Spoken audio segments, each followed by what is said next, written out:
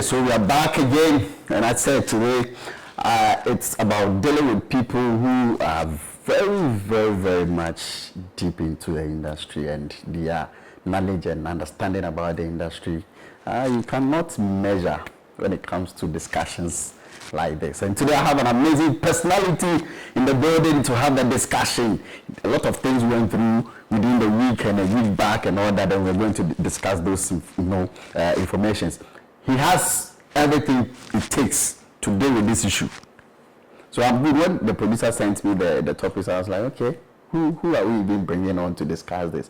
And so having somebody like this, I think, is the best person to go into this discussion. And I'm talking to a brand influencer. He's an artist manager. He's also, let me take my time and mention them. I beg you, because I don't want to. He's a publicist. Morgan Heritage, that is a big one. Event production and all that. Some of them, let's leave it there, because I know when we start talking, we won't finish now. And I'm talking to Yao.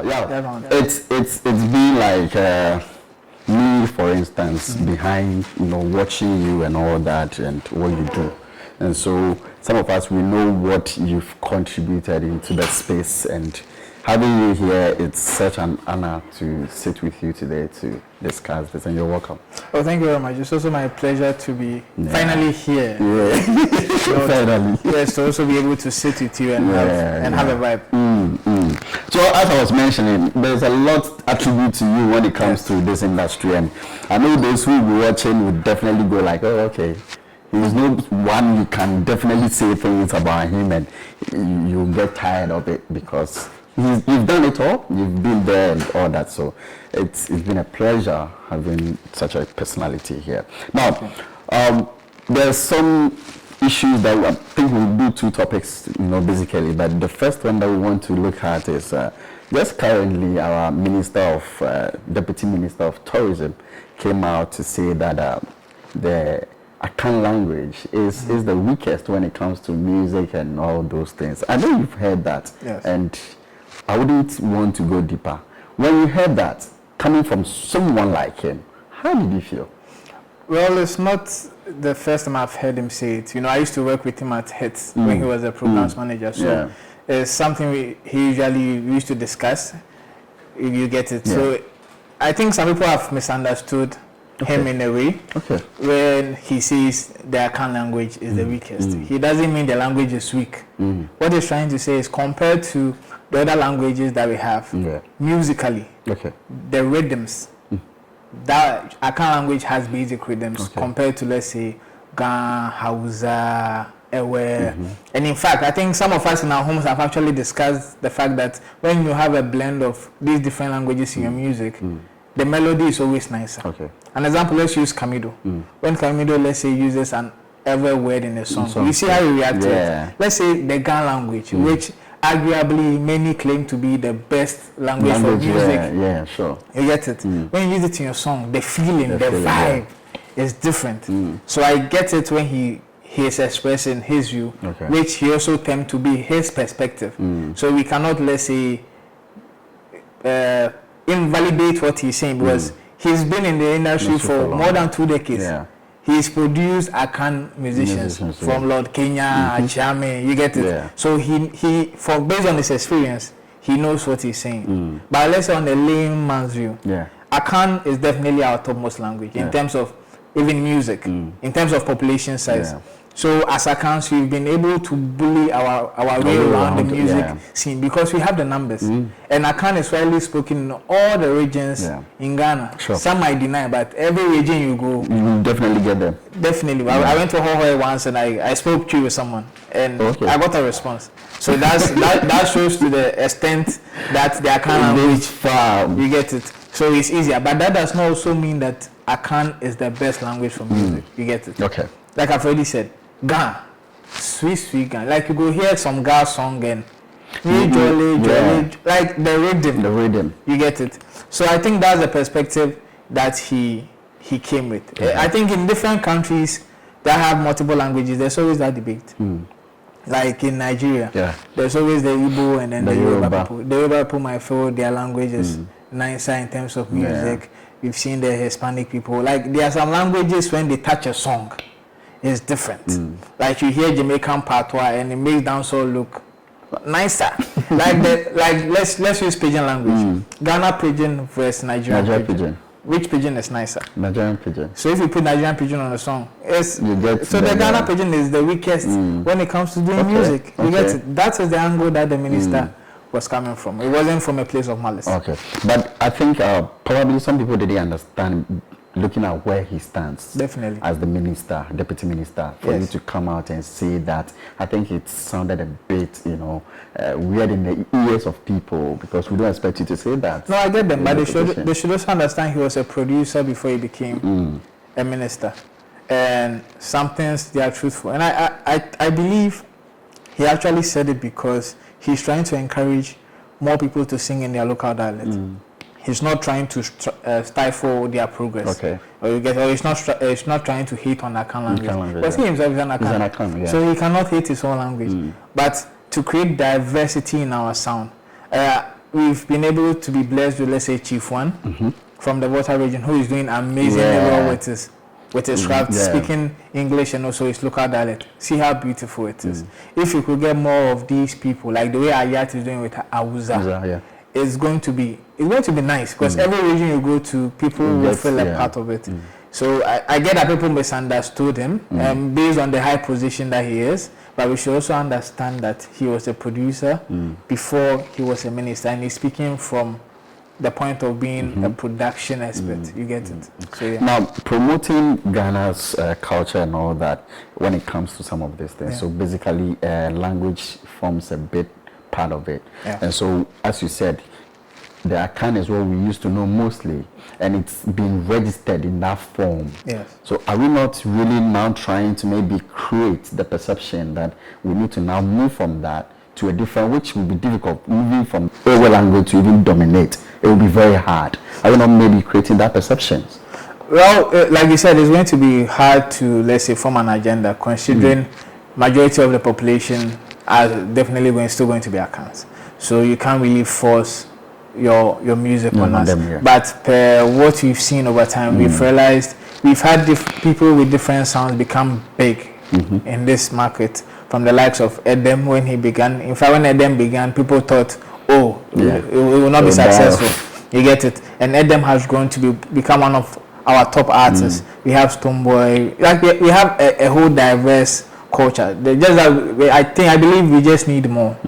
And needing more means, as an enabler, you create an environment for other people to strive. They shouldn't feel like, if I don't sing in Akan, I cannot succeed.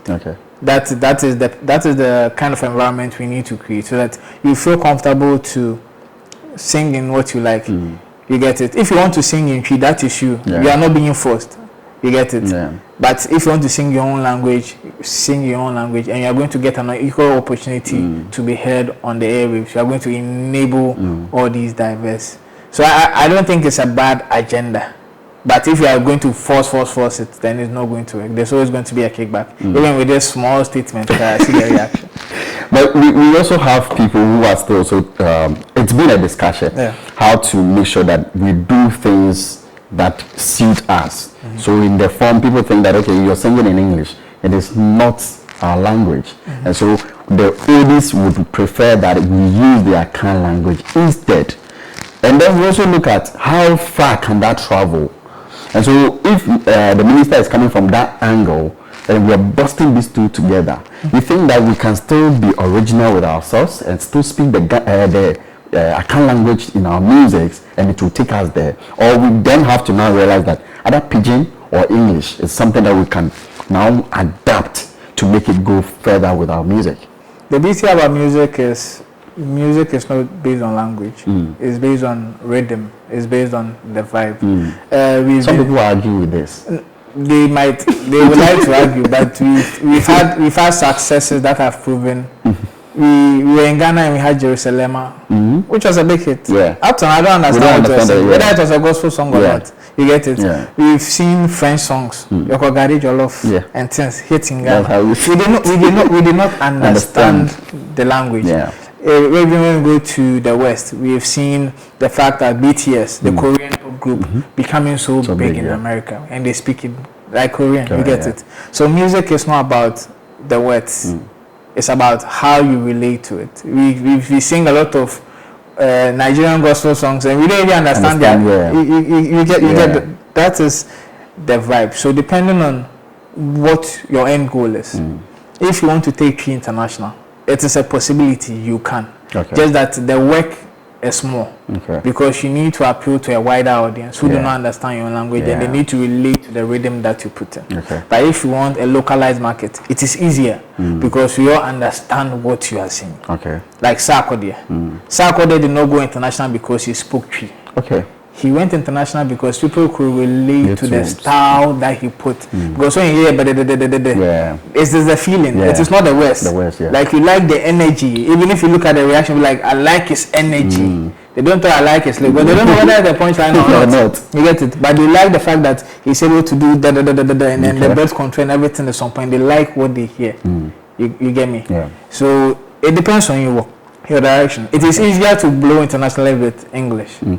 It is easy because we have a wider market around the world who speak and understand English. You get it? So if you want to take on that, it is easy. But even that one said the investment, because we have like let's say 100,000 people doing English. Why should I come for your English when there's an American doing proper English that I can relate to? So it depends on the direction of the artist and what they want to. Like an example would be Stonebwoy. Stonebwoy has even if he doesn't say it, you realize Stonebwoy has a trajectory where he's always wanted to be international. So if you see the moves that he picks, it's always been to go beyond Ghana. You get it? And he's gradually achieving that. And we have a musician who wants to be local.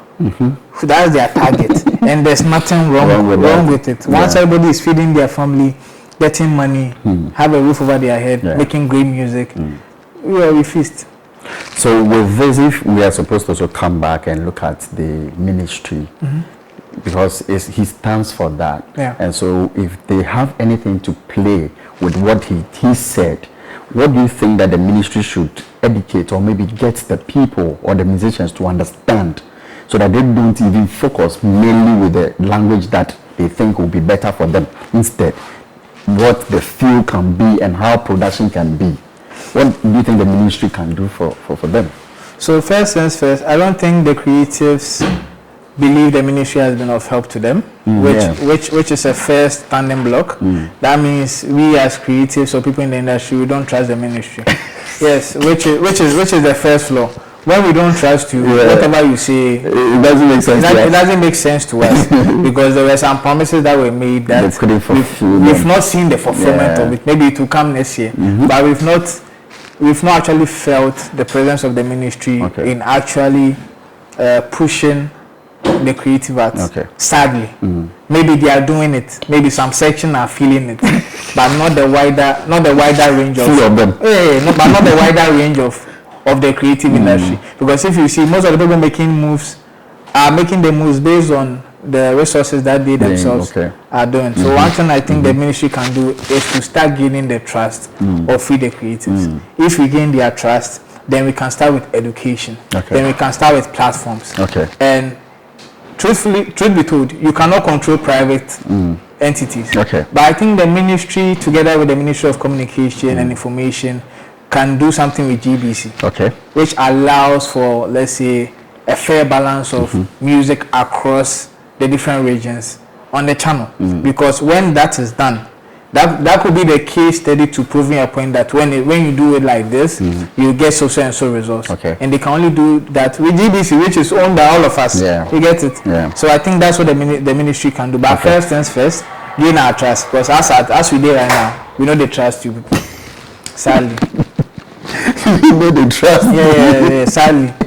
And like that's the majority of the mind of people. Maybe they don't say that much, but they don't trust the ministry because they failed us in that sense. Let's be, because for me, Mark especially was somebody that we all feel he could push certain agenda. I was talking to somebody and the person was like, basically he's a deputy, so you don't expect him to do much and all that. But I think he can push Well, he can, but like the guy, he's still a deputy.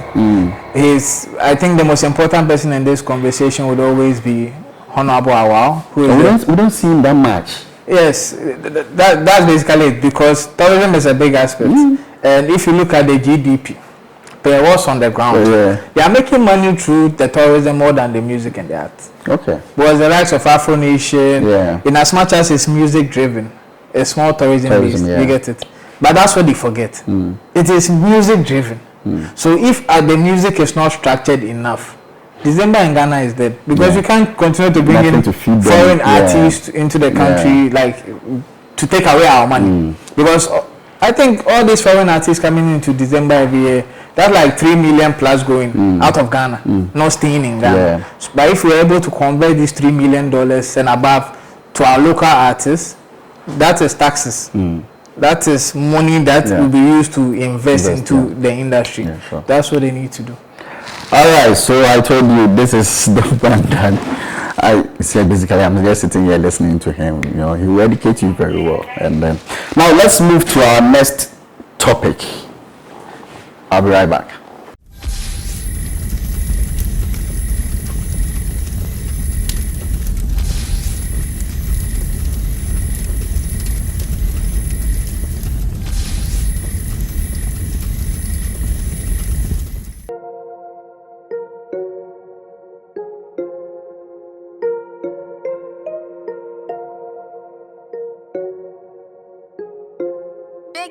Made it.